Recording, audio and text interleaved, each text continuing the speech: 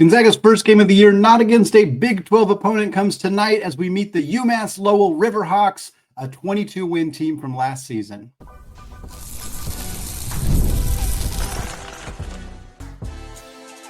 You are Locked On Zags, your daily podcast on the Gonzaga Bulldogs. Part of the Locked On Podcast Network, your team every day. What is going on, y'all? Happy Friday, and welcome into the Locked On Zags podcast, part of the Locked On Podcast Network, your team every day.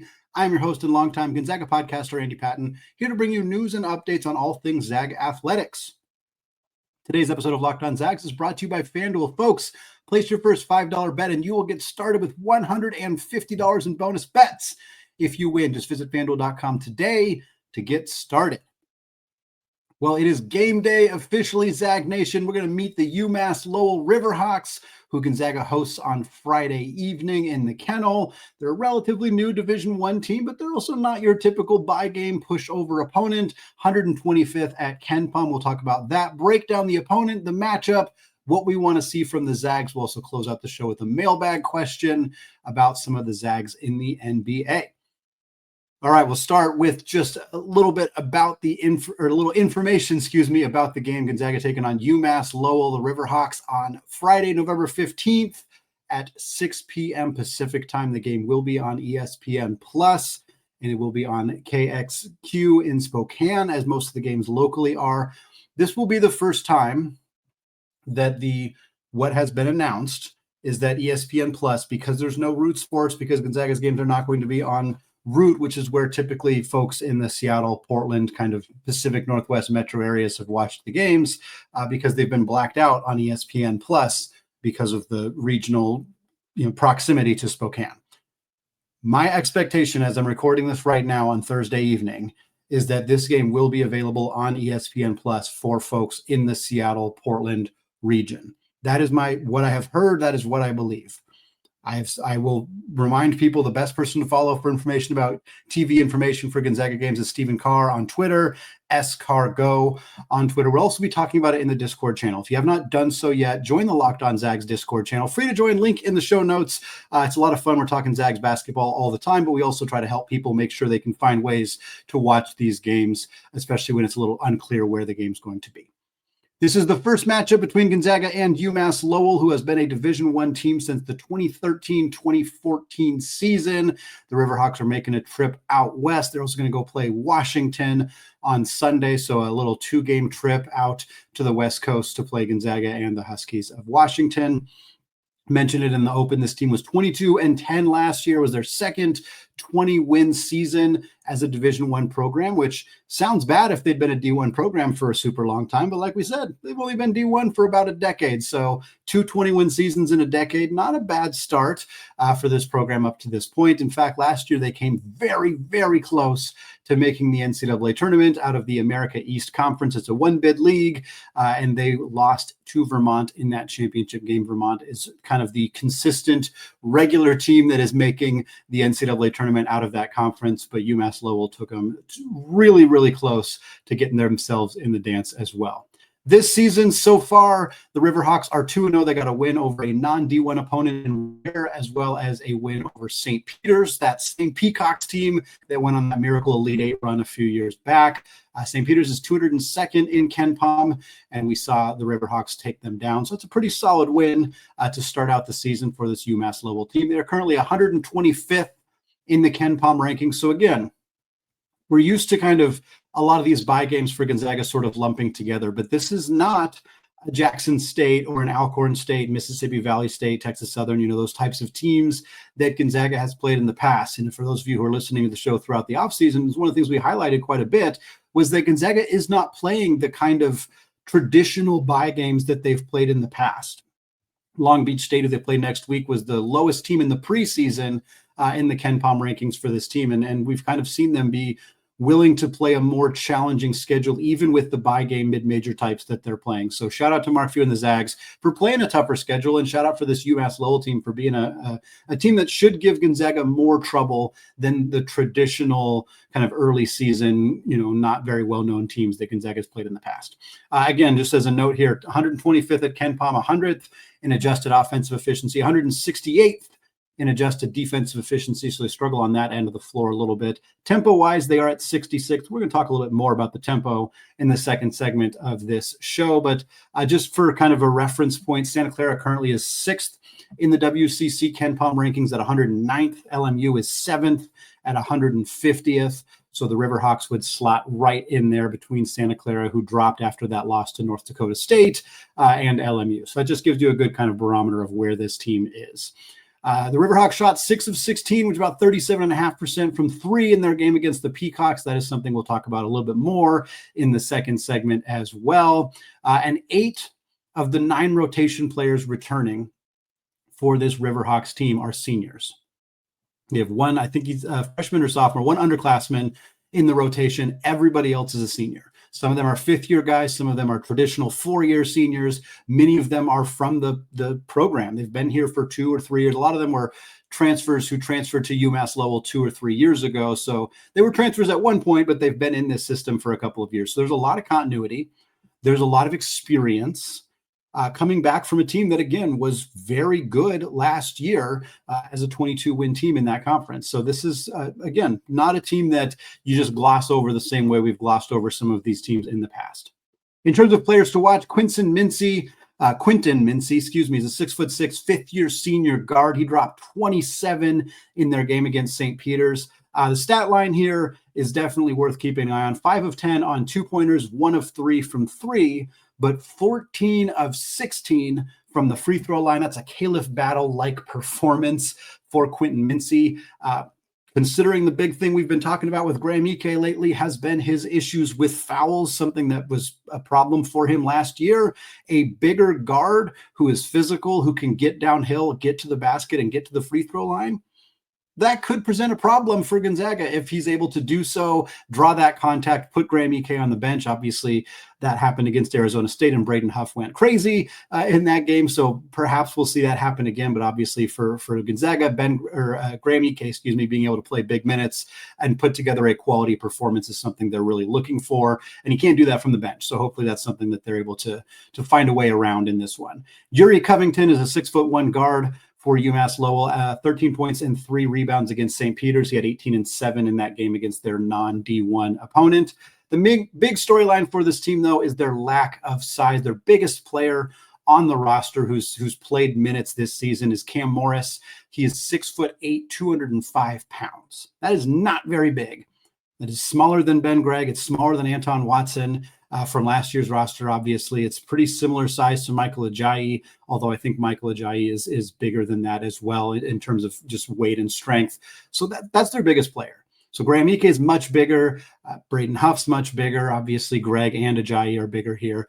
Morris is averaging 10 and 5 on the year. They do have a 6'7", 205-pound forward named Max Brooks, who's averaging 10.5 points and 9.5 boards. But again, that's in just 2 games, and one of them came against a non-D1 opponent. So the size is definitely going to be a big part of the equation. And that's kind of leads into our next segment here. We're going to talk about 5 things we want to see from Gonzaga in this game, things we're going to be keeping an eye on, things they need to do to make sure they get a victory here, including a potential bounce back for Graham Ike. We talked about that last time. We're going to talk about it again. We're also going to talk about tempo and how that's going to play a big part in this game on Friday evening. All that and more coming up here in just a second.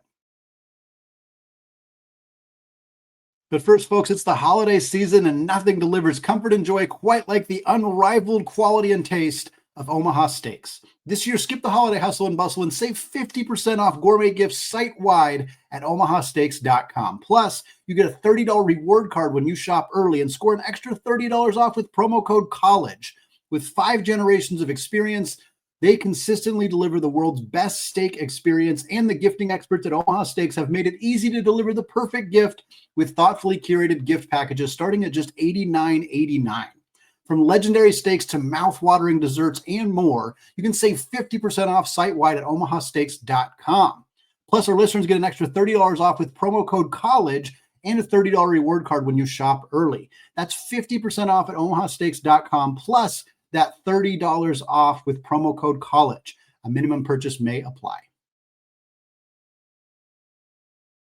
All right, folks, segment 2. Still Andy Patton, still Locked On Zags podcast. We're still getting you ready for tonight's matchup against the Riverhawks of UMass Lowell. First time these two teams have ever faced each other. 6 p.m. at the Kennel on ESPN Plus. And here in the second segment, we're going to talk about keys to victory / things that we're going to be watching for in this game tonight. Number one, it's not just about Graham Ike. I know that's what we teased, but let's get the starting front court going. For those of you who listened to Wednesday's episode, it was a big part of that conversation in the first part of the show about the struggles we've seen from Graham Ike and Ben Gregg. Not necessarily statistically in the sense that Graham has been his usual fairly efficient self on two-pointers, but just haven't seen that same kind of oomph from him. He hasn't looked as athletic as he did in the past. There's kind of some wonderings if he's still a little bit rusty, getting into game shape, if there was any kind of injury that he was dealing with. Ben Gregg, somewhat similar stuff as well, has not made a single three-pointer yet this season. Only played 11 minutes in Gonzaga's game against Arizona State. But this is kind of that get-right game for those two guys. Nobody over 6'8" on the roster, so both these players should be able to get the ball and go to work. Gonzaga hasn't typically posted up Ben Gregg consistently, so I don't know if we'll see that necessarily, although, again, the matchup may dictate him getting those opportunities.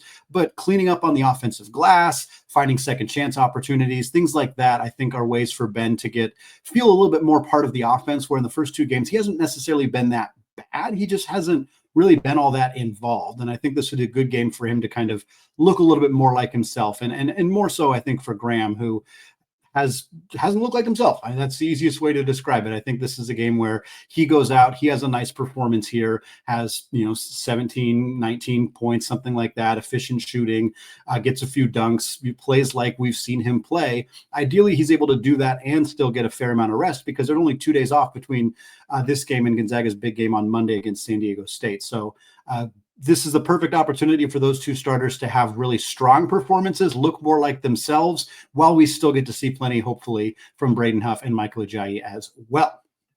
Key number two is regarding tempo. Will UMass Lowell try to run with Gonzaga? I'm always curious when teams, particularly teams that haven't played Gonzaga all that much, kind of how they approach tempo. Teams that have had success against Gonzaga frequently try to slow them down and force them to play at their tempo. St. Mary's is obviously a notable example of this, but it's something that UConn has done in the past. The few times they've played, it's something that Mick Cronin and UCLA have done. And while they have not actually beat Gonzaga, they have kept those games very close by utilizing that strategy. So in teams that typically play at a faster pace, I'm always curious what they're going to try to do. And right now, again, just a couple games into the season for both these teams, of course, but UMass Lowell has the 66th highest rated tempo in the country per KenPom. Gonzaga's at 85th. Now, Gonzaga got slowed down a little bit by the two teams that they played, but both these teams still run at a fairly solid pace. The average possession length for Gonzaga is 73rd in the country. For UMass Lowell, it's 136th. I'm very curious if UMass Lowell tries to get up and down the floor. If they do, I think that's a good test for Gonzaga's transition defense, an area up to this point that hasn't been all that tested, just because neither of those teams, Baylor attempted to and did at times, but was just fairly disjointed and wasn't in a position to do that as much as I think they probably will as the year goes on. Arizona State wasn't a huge part of their strategy in this game, but seeing Gonzaga's transition defense get tested is something that I think would be a benefit out of this game. I also think that UMass Lowell attempting to outrun Gonzaga in terms of tempo is probably not a good strategy. So I don't know that we will see it necessarily, because this Gonzaga team has so much depth that they'll let you run, and they'll run with you, and they'll go hard, and they'll be able to make substitutions. They'll be able to bring in Dusty Stromer, bring in Michael Ajayi, bring in Braden Huff, and kind of be able to give some rest for those guys and create an opportunity where, yeah, we'll run with you the entire game, because after 40 minutes, we're going to have more juice left in the tank than you. And I think that that's probably how this thing goes if UMass Lowell does attempt to push that pace, but we'll see what strategy they actually come into this game attempting to do. Key number three, how does Gonzaga look defending the three-point line? Gonzaga's defensive rotations against Arizona State were not good. It was a significant area of concern for Gonzaga. They won that game. They out-athleted Arizona State at the end. They did what they needed to do to execute, but they did not play good defense around the rotations, and Arizona State missed a lot of threes that they shouldn't have missed. UMass Lowell is a pretty darn good shooting team. 10 of 19 in their first game against a non-D1 opponent, that's 52.5%. 6 of 16 in their second game, that's 37.5%. So they're not hacking up tons and tons of threes, which I think is probably to Gonzaga's advantage. But also, this is their first really big test of the season. And maybe they'll watch the tape and they'll kind of come into this game thinking, let's shoot a bunch of threes. You go on the road and take on a top 5 team in the country. The way to beat them is to get crazy hot from three. That's how you win these games. If I'm UMass Lowell, I'm going into this game thinking, the most threes we've taken this season is 19. Let's double that. I don't think they're actually going to take 38 3-point attempts, but what if they took 30?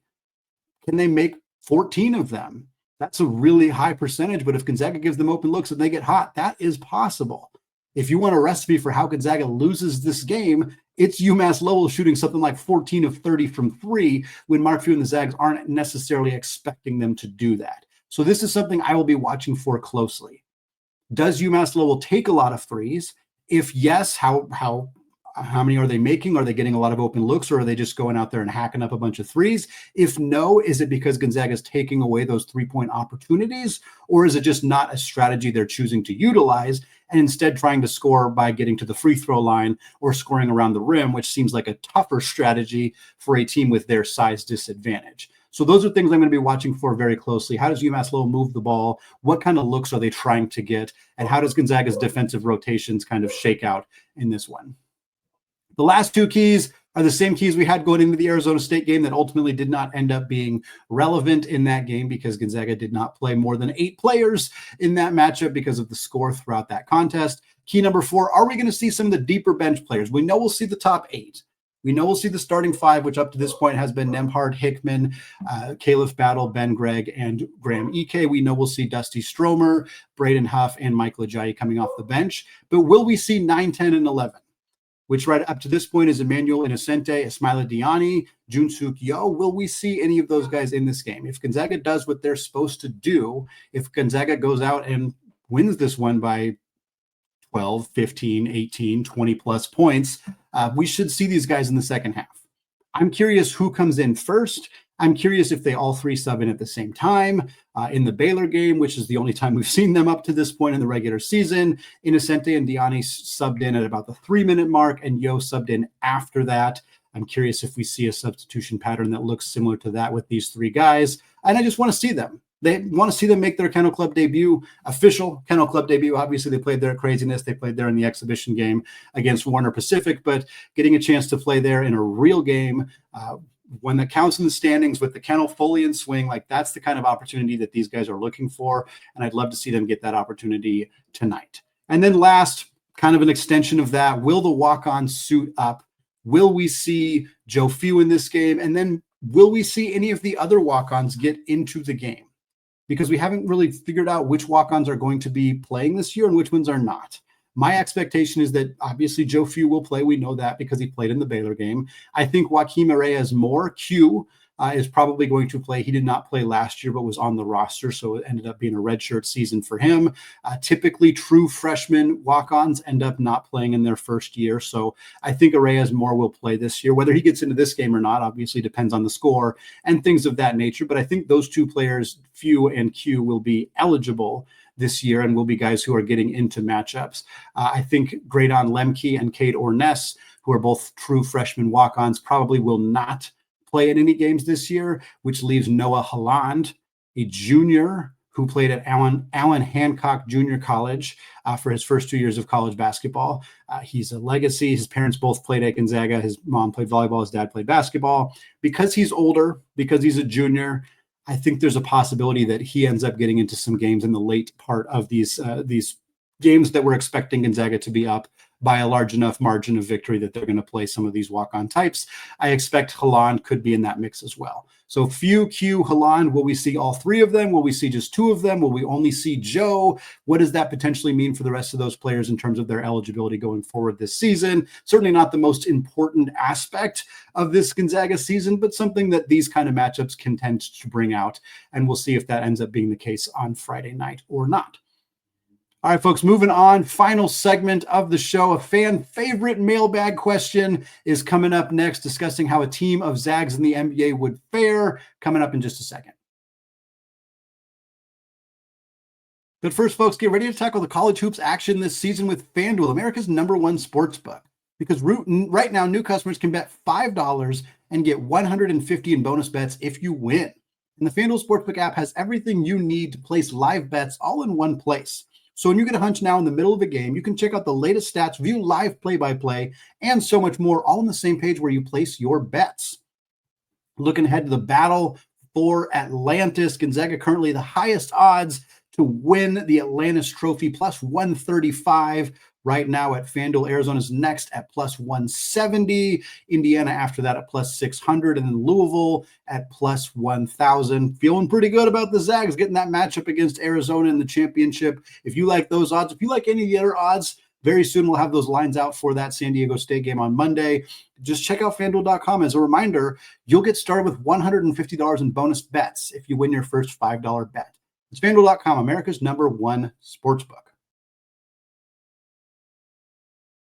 All right, folks, final segment of the show here. Still Andy Patton, still a Locked On Zags podcast. We're closing out the show talking about a mailbag question that was submitted by Jeffrey via Twitter DM. He said, hey, I'm not sure if you've gotten this question before. I apologize if you have, but I was curious your answer. He asked kind of a trio of questions all combined together. And well, yes, this is a question that for those of you who are everyday listeners who listen throughout the offseason, you've probably heard this question discussed. It's a pretty common off-season mailbag question, as it's kind of easy to bring up at any time in the year, but fun to talk about it now, especially as we are into the NBA season. Here is Jeffrey's message. He says, what would your starting five of current NBA Zags be? Would that current Zags only team have any shot to be a playoff team? And if you include all past Zags, do any besides Stockton crack the lineup? All right, let's get into it. We'll take these one by one. If I was making a starting five right now of current Zags in the NBA, health permitting, as we know that Chet Holmgren is currently dealing with an injury that's going to take him out for the next couple of months, if not longer. We also know that Andrew Nembhard is currently dealing with a knee injury, or I think it's a knee or a foot injury for Nembhard. Only supposed to be out for a couple of weeks, I think. But assuming health, the starting five of current Zags in the NBA, to me, is honestly fairly clear. Chet Holmgren at the 5, Domantas Sabonis at the 4, Corey Kispert at the 3, Jalen Suggs at the 2, Andrew Nembhard at the 1. It's pretty cut and dry. I think you could make an argument for Rui in the starting lineup, but Rui in the NBA plays the 4. He's not a 3. Like, he can kind of play the 3, but he's a pretty textbook small ball. And he's not even that small, but small ball 4 in the modern NBA. And I don't think I know for a fact that you're not replacing either Chet or Sabonis with Rui. You could argue to start Rui over Kispert, but Kispert is more of a 3 than a 4. And so for me, I like that lineup better. I like the floor spacing better. Rui's a very good 3-point shooter, but Kispert's a higher volume 3-point shooter. So this lineup, you have a dominant playmaker in Domantas Sabonis and an elite rebounder. You have outstanding defense at the 5 in Chet Holmgren and at the 2 in Jalen Suggs. You have shooting with Corey Kispert in particular, but Chet's a good 3-point shooter. Suggs has been a little up and down as a 3-point shooter. Nembhard also a little bit up and down. So it's not a huge strength, but you can get some shooting from all 5 spots. Sabonis has been a quality 3-point shooter, low volume, but a quality shooter as well. So this lineup kind of gives you a little bit of everything and is the one that makes the most sense positionally. If I was looking at like a 9-man rotation of Zags in the NBA, that would be my starting 5 again. Chet, Domantas Sabonis, Corey Kispert, Jalen Suggs, Andrew Nembhard, with Kelly Olynyk, Brandon Clark, Rui Hachimura, and Julian Strawther coming off the bench. Here's the problem. Here's the reason I say that this team does not have a shot of being a playoff team, despite the fact that that starting lineup probably looks good enough to be a playoff caliber team. I think Chet looks like he can be the number 2 on a really good playoff caliber team. Sabonis can be the number 1 without a doubt. Suggs as a number 3, absolutely. Kispert and Nembhard are very good role players who fill the roles needed for this team really adequately. The problem is there's not really any guard depth for this team. If this was a full roster that you were trying to compete and make a playoff team, I don't see it. I don't see it because you don't have a backup point guard. Andrew Nembhard, your starting point guard. Jalen Suggs is kind of your backup point guard, but what you bench Nembhard, you slide Suggs to the 1, you bring Strawther in at the 2. It's okay. It's okay, but I just don't see enough depth in this team. You'd have to add somebody who's not currently in the NBA, maybe a Nigel Williams-Goss or a Malachi Smith or a Rasir Bolton, somebody like that. But those guys aren't in the NBA right now because they're not good enough to be in the NBA right now. So I don't think that they would make that team dramatically better. If it was just pure starting 5s and every team could play all your starters for 48 minutes and nobody ever got tired, this team is probably a playoff team. But the added depth kind of equation, I think, takes them out of that conversation for right now. The fact that they're close, the fact that there's a conversation about it is an incredible testament to the fact that Gonzaga is putting guys in the league at an absurdly high rate, and not only just putting players in the league, but putting guys in the league who are productive and getting it done for their respective teams. The last part of the question was to ask if you're including past Zags, do any besides Stockton crack the lineup? The starting five, no, I don't think so. I think if I was to make a full roster of Zags in the NBA, like from the history up until now, I still think it would be the vast majority of players on that roster would be guys who are currently in the league, but there would be a few others. The starting lineup the only difference is I would replace Nembhard with Stockton. That's the only difference. Chet at the 5, Sabonis at the 4, Kispert at the 3, Suggs at the 2, John Stockton at the 1. And this is going purely off their NBA careers. I want to state that because I'm going to give you the rest of the lineup. People are like, well, Kevin Pangos was great. Nigel Williams-Goss was great. We're going purely on their NBA statistics, not what they did in college. So that'd be my starting 5. Again, Chet, Sabonis, Corey, Jalen, John Stockton. The backups, I'd still probably have Kelly Olynyk and Brandon Clark and Rui Hachimura as the backups, kind of 5, 4, and 3. Kelly had a prolific NBA career as just like a steady starting center for over a decade. Brandon Clark has dealt with some injury issues and isn't playing great this year, but has been very, very good as a power forward for Memphis. Rui's going to be the 3. And then it gets a little wonky. I have Adam Morrison and Dan Dickau as the backcourt players. Dickau had a very productive NBA career as a longtime backup point guard. He'd be a much needed addition to this team. And I said Morrison, and I'm still going to have Morrison on the roster, but I actually think I'd have Nembhard. I'd have Nembhard and Dickau to give you kind of more guard-specific players. And then I'd have Morrison on this roster alongside Roni Turioff, who I think is one of the few non-current Zags who I think would make the roster. I would probably have Pargo potentially as one of the backup point guards there as well.